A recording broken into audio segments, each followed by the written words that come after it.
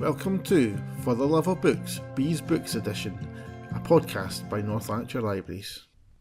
Hi, this is Pari. And this is Jenny, and we're here to talk about Bees Books. Oh, there was no flourish. I was deliberately holding my hand still just to see if I could. It felt very uncomfortable. No. It's not going to happen again. But as we were talking about just before we recorded, I am feeling quite out of sorts today. Yes. What's the opposite of out of sorts? In sorts? All sorts. It came to my head there, but that's just me. Are you I'm hungry. all sorts? No. Oh. No, I'm quite tired. Oh, this is going to be a great Yes. recording. Yes. Apologies now. Yes. Although sometimes this wakes us up and kind of gets us back on track. So Or takes us in a really unhinged direction. yes. So we don't know what's coming up. Who knows? Stick around and find out. Well, especially given the theme of today's talk, which doesn't roll off my tongue really easy. Your mission, should you decide to accept it. Oh, that's quite angry. It was very angry. That was all my out of sortsness trying to get out. But yes, your mission, should you choose to accept it. Mhm. It was quite a sinister theme. I think maybe Yes. that's why it's angry. I guess it could be a fun mission. Well, I was thinking fun, but Oh. not anymore. I guess, like we were also talking about just before we recorded, you're going on holiday soon Yes. and you have a fun mission there. yes. What is your fun to mission? not think about work for 2 Oh. whole weeks. Mm, Yes. yes. Oh, I was also thinking about all the charity shops, but yes, not thinking about work. Yes. That's quite a good mission, yeah. Yes. So do you have a fun mission for us today? I have a mission. See, I was right. My sinister So instincts. I have 2 books. Okay. I'm not going to tell you what the second one is, Okay. just in case we run out of time. Right. But my first one is a kind of classic. Mhm. It's a giant classic sticker on the side of it, and it is the 39 Steps by John Buchan. Okay. I don't think I've ever heard of this book. Interesting. It's a classic, you say? Yes. Not that yes. I know all the No. classics that exist, No, but No. because I know of a 39 Clues by Rick Riordan, which wasn't that good. Oh. I love Rick Riordan, Yes. but I don't wasn't know for this. me. You No. don't need to know it. Okay, No. okay. Is the 39 Steps similar? Yes and no. Oh, intriguing. Interesting, Okay, yeah. can't wait. I need to know what your giant book over there is. Yeah, I have 2 books and I'm going to show them both. Mostly because my out of sortsness is probably only going to have one thing each to say about them. So my first book, it is a giant. Well, I'm going to start with my second book. Okay. First. Not the giant. It's called Quest by Oh. Aaron Becker, and it's I'm going a bit rogue. It's the second book in the series. I was just going to say, it says in the front, the journey continues. It's a trilogy, so it starts with Journey, Quest, and then Return.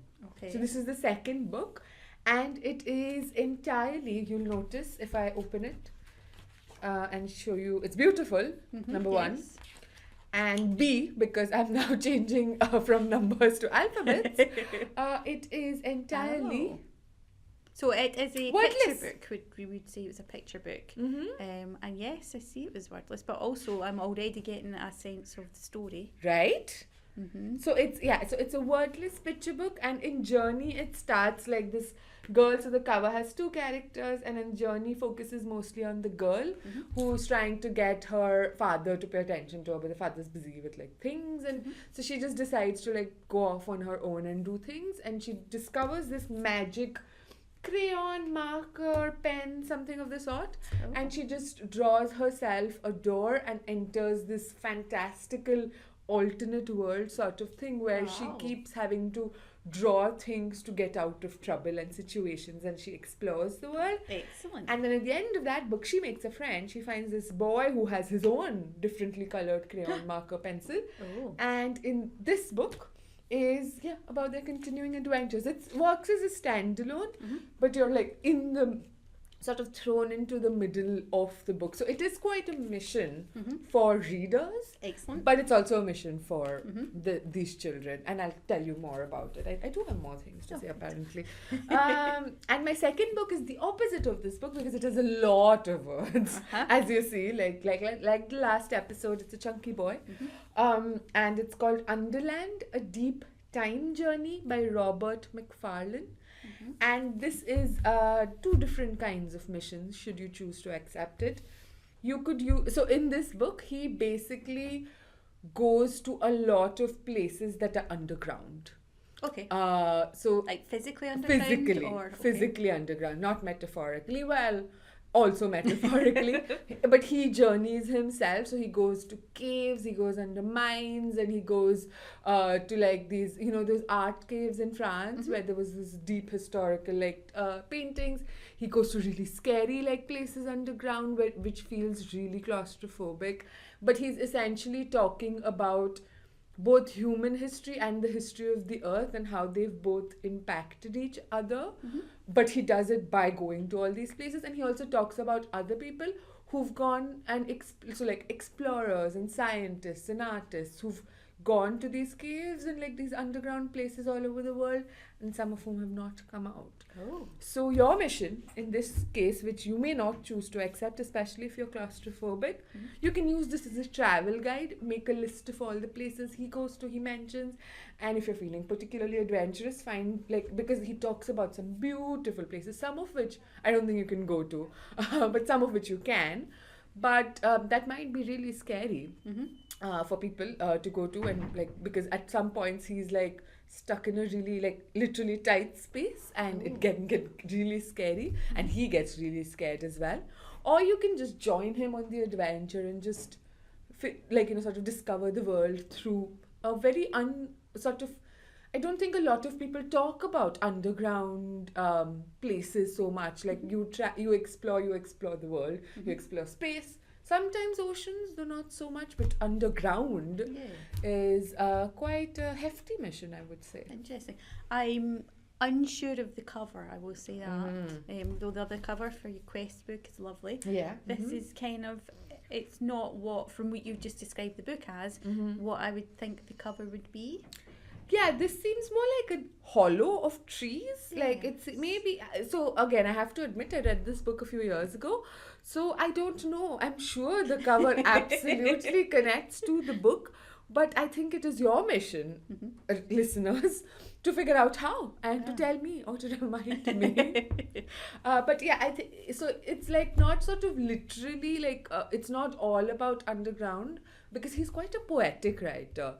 It's almost like he's a poet who's taken to writing about nature. So he's very much a nature writer. He's written about wild ways and like all these other things. But this is his sort of grappling with like the climate crisis a little bit and humans' impact on the world, but also how the world has predated humans. So, the sort of subtitle, A Deep Time Journey, he journeys both in the past and to the future. So he I think the book starts with him going to this research lab that's underground, where the scientists are studying space things that sort of were millions and billions of years old. And then he ends the book again like a research lab, where in Finland, or is it not a research lab? No, it's a secure lab where they're trying to dispose of nuclear waste that's going to outlive so many generations of humans, possibly humanity itself. Like it's going to be there for 1 million years or more. And they're trying to figure out how we can keep this safe, but also put warnings up so that future generations who have lost this knowledge of these things don't uncover it. So, it was really interesting. Like I remember this, even though I usually don't remember things, but they were trying to say like if they lose language, like now we sort of, English is predominant in a lot of the world, but in like even Finnish or whatever in Finland, they need to sort of travel imaginatively into the future to see that, maybe these languages don't survive. So what are the things, like red now maybe is danger or yellow is danger, but in the future it might change, just like it has things have changed for us. So it's a bit philosophical, but it's quite practical at the same time. When you were describing that, in my head all of a sudden the Egyptians came in. So obviously when the Egyptians were doing all their mummification, things like that, at that time everybody knew what was happening and you didn't go into the tomb. Exactly. But they put up pictures to show what would happen, and yet, and this is the problem that in a billion years they're going to find, humans are very, very curious. Very nosy. And it doesn't matter how many signs you put up to say, don't come in here, somebody will. Yeah. You know. And especially like with the Egyptians, obviously they believed it at the time, possibly, that this would unleash a curse, or it's obviously very disrespectful to the people who are like, whose bodies remain there. But in this case, it could literally destroy humanity. So that he does write about that, and the scientists are also thinking about this, that humans are like the nosiest species. And we do forget very quickly. Yeah. You know, and as you say, if we don't have the same language, or we don't have the same, like, we wouldn't pick up on pictures and things like that. How do you stop somebody? Because, you know, they will decide to investigate this spooky underground place. Yeah, and it's like, there's also one chapter I remember about, he goes under like ice caves, like the ice in the northern part of the world, and he talks about how the ice that's melted, like the water that we drink now, has like traveled in time to reach us now, because it used to be like these glaciers and stuff, like it might have been in dinosaurs, it might have, like, you know, the stories this ice could tell about humans, like it's like sort of far out, like lives us and will outlive us as well. So it's such an interesting book in that it is about these serious things, and he does take those things seriously, but he also sort of meditates on all these other, like, I don't know, beautiful things almost. Like, I know death is not always beautiful, but he thinks about it and writes about it in a way that's like, I love this book. I don't know how, because he also takes things from like literature, he takes things from history, like talking about how people have always written stories about underground, like Dante's Inferno and Gilgamesh and things, like have all been like about people going underground and then finding horrors there.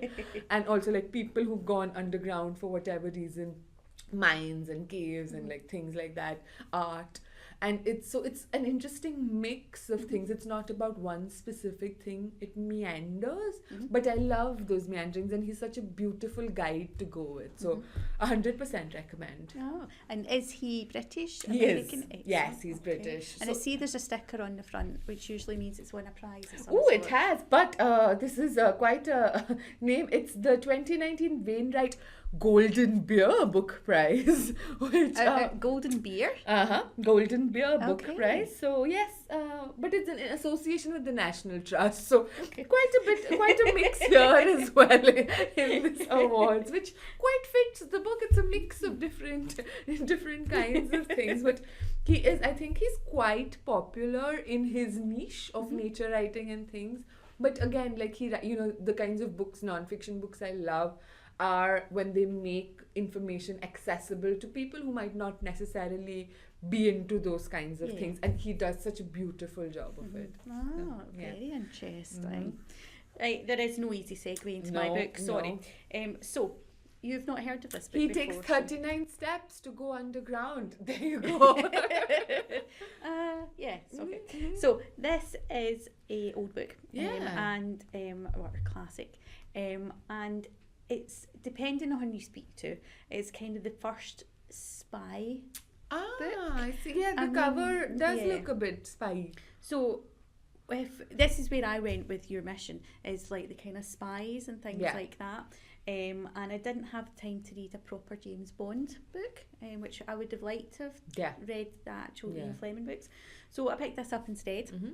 And yes, as I say, this kind of is set in, and I did have this written down somewhere and I've immediately forgotten it. Of course, yeah. But we'll say 1912. Oh, perfect. Around about there. It is round about there, 1214. And basically our hero, who is called Richard Hannay, has just come back from, it's not really stated where and why and things like that, but what I picked up from is he was out in South Africa. He's made a bit of money being an engineer of some kind, and has come back to London, and is doing all the kind of things that gentlemen of that time did. He goes to his club, kind of mooches around, not doing very much. And he's kind of grown a bit bored, and he's kind of thinking about whether he's going to go back to South Africa or whether he's going to go to Scotland, which is where he was born, and kind of investigate, you know, he's not been back and that kind of thing. So he's mooching around. He's a bit kind of posh and, you know, moochies. I'm using that word quite a lot. Sorry. I love the word. You said it, mooching. I was like, yes, I want to be mooching about. Then he gets embroiled in a spy kind of ring. So he's not a spy? No, he's just a guy. Oh, okay. But he kind of gets caught up in things. So one of he lives in like a posh set of apartments, and somebody from upstairs, who he's seen about, you know, kind of nodded to in the stairs and that kind of a thing, appears and has a big story about how he's discovered some kind of spy thing. He himself is, you know, they never use the word spy, I don't think, but, you know, kind of I suppose if it was the first sort of spy novel, maybe it was not, I don't know when the term came into being. But he then gets, and I'm just going to spoil it for everybody because it's a classic and therefore I'm not spoiling it. He gets killed. And so Richard kind of decides that he kind of needs to work out what's happened. There is codes and ciphers, so he has to kind of decipher the neighbour's notebook to find out if he can find any information. He goes to Scotland to kind of hide from the people because he realises they'll know he knows all the information, which he doesn't really, because, you know, he's a bit, you know. He's just joined in the middle of the mission. He's like, I don't know what's going on. So he takes the train up to Scotland, and then there's lots of running around on the moors and in the heather, because he gets followed by the baddies, we'll call them, and ends up hiding out in a house who's owned by the main baddie, just by chance. And it all comes together in the end. He gets back to London, he speaks to the right person, and they kind of work out what's what. The 39 steps is, there's a getaway. There's like a kind of, after they've done the evil deed, this is how they're going to escape, and he kind of works out that that's what that is and foils their plan. However, at the end of it, basically the whole plan was to kill somebody so that a war would start. And at the end of it, he basically says, and 2 weeks later, the war starts anyway. So although he's kind of helped stop this part of it, the First World War kind of starts anyway. There has been lots and lots of TV versions of this. And quite a lot of them change what the 39 steps mean. So in the book it literally is 39 steps. Like, you mean steps to save the world? Steps like to go down to the beach, yes. Oh, right, okay. But in a lot of different adaptations of it, they've changed that to mean something slightly different. This is the first time I've read the book. I have seen various different versions of it, and it's one of those things that you can kind of sit in front of and you kind of know where the story's going to probably go. I'm sure there's like a more kind of modern version of it and things like that. The most recent that I've seen had Rupert Penry-Jones, I want to say, as Richard, who is very good at being posh and moochy. Lovely. Never heard of him, never heard of the book. Definitely want to watch something. Yes. However, the book is, and this is not a bad thing as such, it's of its time. And as far as I can tell, I did not do a lot of research into this. I read the introduced by Stuart Kelly here. And it seems that John Buchan was kind of poorly, and he ran out of things to read, so kind of wrote this because this is what he wanted to read. Lovely. So he'd kind of written this, and it became big. It became, you know, the novel to read. And as you see, it's quite a small it's not story. Very long. It didn't take me long to read. It's quick to read as well. What did you think about it? So as I say, it was of its time, so quite a lot of the kind of things they refer to and, you know, the words that they used you wouldn't necessarily know yourself what they meant, if you see right. what I mean. You know, some things you had to read a couple of times to kind of pick up on what. Yeah. Whereas at the time, Yeah. that's how people spoke. That's how, you know, the kind of things they used, the words they used, the phrases they used. Whereas now they've went out of fashion. So sometimes you had to kind of read it a couple of times. Whereas when it's on screen, you pick up the visuals. Even if they're using some of the similar language, you pick up on because of the visuals. Whereas in the book you don't have that. Yeah. It puzzled me. That's the face I'm giving you here. Yeah. I liked Face. it, and I can see why or where a lot of stories came from after that. You know, kind of using this, you know, this man who's, and I have to say, although he's not a spy and he lived out in the kind of, you know, South Africa or wherever it was he came from, he was very good at disguising himself, and he kind of fitted in. So at one point, you know, he becomes a road worker, so that because there's somebody driving past and they see him in his suit and things like that, they're going to go, oh wait a minute. So he kind of dresses up as a road worker, sends the road worker himself off for a drink in the pub and kind of steals his clothes, or takes his clothes and dresses up. And he's very good at that kind of a thing. He does fit into different situations, and how he explains it, the character explains it, is basically when he was in South Africa, and I apologise if it's not South Africa, but wherever he was, he had to be quite adaptable. Yeah, because he was like not from the. No, exactly. So he's an engineer, but he has to, like, you know, adapt to the places. So you can kind of understand why he was able to do that.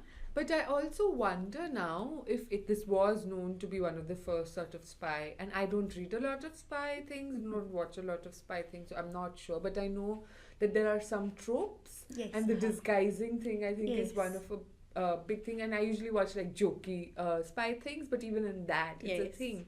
So at the time, like when he wrote this, it must have like absolutely taken the world by storm, like his readers, because they wouldn't have imagined these things. They were not tropes at that time. No, exactly. Like he was playing into things that he's just made up. Like, you know, much like last time we spoke about Frankenstein. I mean, we didn't speak about Frankenstein. We spoke about Mary Shelley.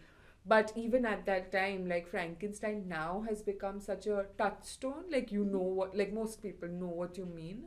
But at that time, they must have been like, what? No, exactly. What's going on? So like, it must have been such an exciting time for readers to, like, this is something new and different. And I think as well, like, around about that time, you know, now we read for pleasure a lot, you know, but then if like 1800s into 1900s, you know, there was a lot of kind of stories out there, but they were stories rather than proper novels, if you know what I mean. Even talking about Mary Shelley, Frankenstein itself is actually quite a small short story, so I can understand why he got through them all if he was poorly, and then wanted to write something, you know, that he wanted to read, if that makes sense. And I suppose, like, it's just something that's for fun. It's not like for entertainment, it's not for education or information or moral lessons. No, and Stuart Kelly also says that basically he didn't write this to survive 150 years. You know, he wrote this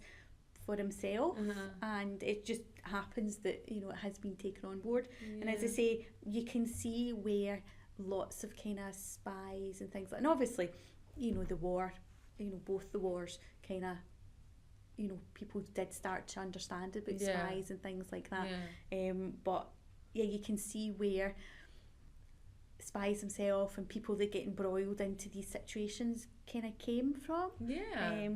So yes, but it was interesting to read it, having seen screenplay, you know, things on screen where they changed the story slightly to actually read the story itself was quite good, if that makes sense. I think I would rather watch an adaptation.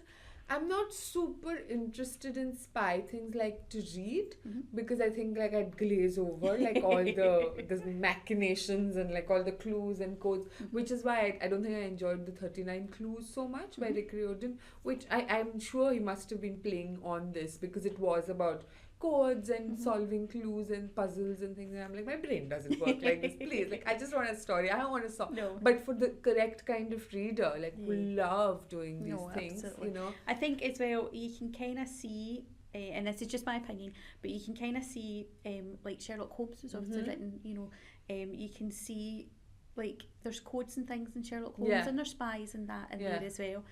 But that was more about the kind of detective side of it. But you can kind of see bits and pieces taken from other bits and pieces, if that makes sense. Exactly.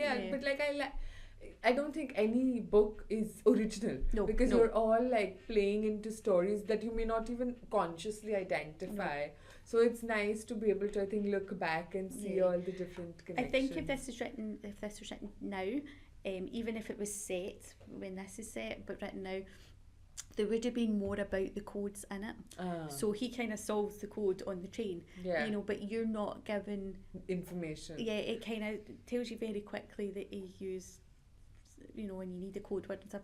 Whereas nowadays, I think there would be more in there to tell you how he worked it out, or and to maybe involve the reader to solve it. And it would have been quite clever how it was kind of worked out, because when he gets the code and he works things out, the story that he's been told is not quite the story that's actually the story. You know, this guy, I can't remember his name now, but the neighbour is basically selling this to him by using what he knows about him and the circumstances. So he's not given, also because of the way that he is, he doesn't want to give all the information away because it's his information. And this is why he has this code book and things. But if it was written out, it would be twice as big, and there would be more involvement, as you say, for the reader. I think, whereas this is obviously written for fun. But also, like, I think if he was sort of just playing around and, you know, inventing like a new story, or even like just things that he had not encountered before, and someone else encounters and builds on that and builds on that, and now it's resulted in, and maybe like in another 20 years there'll be other new things that we don't sort of have now. So it's cool to see that journey. Also, as well, with the screen versions, it's like with an Agatha Christie or something like that, they do change the story sometimes to keep it modern, even if it's set back in the day, but also to keep it fresh, because, you know, you might know who does it, but if they change things slightly, it means that you're still surprised. So absolutely. Puzzled, that's what I would say. Well, I think you've sold it more than I thought you would.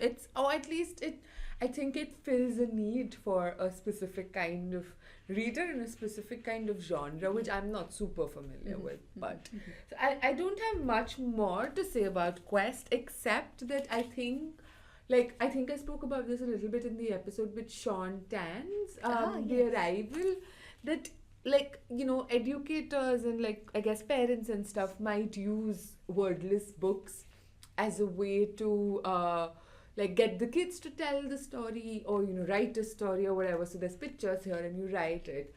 But this, like, I think, and that's fine, that's like great and whatever, and that sparks the imagination too. But this, as like a visual story, it stands so like great on its own as well, and it like gets a different part of your brain, I think, working. And it's just, and especially like with the sort of the concept of the world itself, where, so, you know, whenever they'll be in trouble, they have to figure out what they need to draw to be able to like get ahead in the story. So it's involving the kids, both, like, maybe it could be a conversation, it could lead to a conversation with the children, but it could also, it's just like a beautiful work of art, I think, and just surprising you with what they come up with next. So I love how Aaron Becker, like, they meet in the beginning, they just trust this secret map by this king who comes from this world, and then just is like taken away by guards who lock the door behind them. So basic thing is like, oh, they just draw key and then they get into the world, but then it gets more and more, like, they draw an octopus to help them get into an underwater kingdom, and then like a flying bird to fly them to the top of a tower, and it's just, it's like beautiful, like, it sounds so simple, but if you were thrust into the middle of a world and you had to like draw your way out, it's such a fun concept, I think. So it's just such a fun book, so that, like, it can be used for like a lot of, I guess, like lessons and education or whatever. But I think it just like works at such a fantastic standalone, and I love Journey and Return as well. But it works even as a standalone book itself, and a fantastic mission. It is a beautiful book, just looking at it from the pictures there. And yes, I can see how it could be used for not education that is rigid and, you know, set out, but just educating at home. Yeah. You know, you could read it 4 times, and each time absolutely the story could be something slightly different. And you're also noticing things that are different. You know, you notice that the first like sort of graphic novel that you read, Dan Santat's thing, and you also sort of looked at, even while you were showing me, you found different things to see.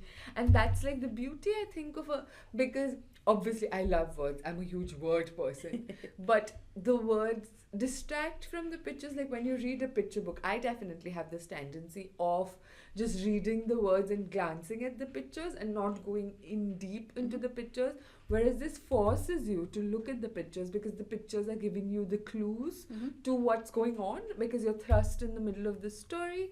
And I think it would be so good. Like I was reading online and someone said that, you know, like a review said that this would be so good for people who don't speak the language, like if they come from like somewhere else, another country, and aren't familiar with the language of that country.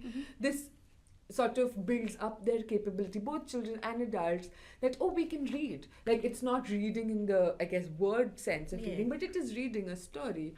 Or like even people who are underconfident, who don't like reading, this is just like looking at pictures, but it's telling you a story. And I just love this kind of, like, it's a different way, I think, of engaging with stories, which I love. It's like you can make up your own story, but you've got the prompts there to help you. Absolutely. And maybe it'll inspire you to come up with a sequel of or you know, it just, I think, will inspire like ideas in like in your imagination, which is really cool. Yes. So it has a purple bird on it. It does. And I think the octopus was purple as well. It was, yeah, because I think one of them has a purple crayon and the other has a red, so it like sort of like there's different things that they draw. So it's very nice. Yeah. So it has personality. Well, I hope B was happy with our offerings. Yes. And I wasn't super out of sorts. I was off sorts. Yes. Yeah. Sort of. Yeah, sort of. Well, do you know what we're going to be looking at next? I do. So our next theme is a bit grumpy. Oh. Is that the theme? No, a bit grumpy. Yes. I was like, you were describing it. It's a bit of a grumpy theme. No, it's just a little bit grumpy. Oh, right. That's what you're going to be once you come back from your vacation. Yes. So it could just be your mood. I'm a bit grumpy. I'm not away holidaying. Yes. But yeah, I think that I really love learning about the dawn of spycraft. Yes. Oh, that sounds like a title for a book. Yeah. Yes. As I say, there would have been spy stories before it, but this seems to be like the first story that was a spy story, if that makes sense. So, and maybe like had recognizable things that still outlive it, but like that are still inspired and recognizable. Exactly. So cool. So yes, join us again next time to be grumpy with us. Yes. And see you next time. Bye.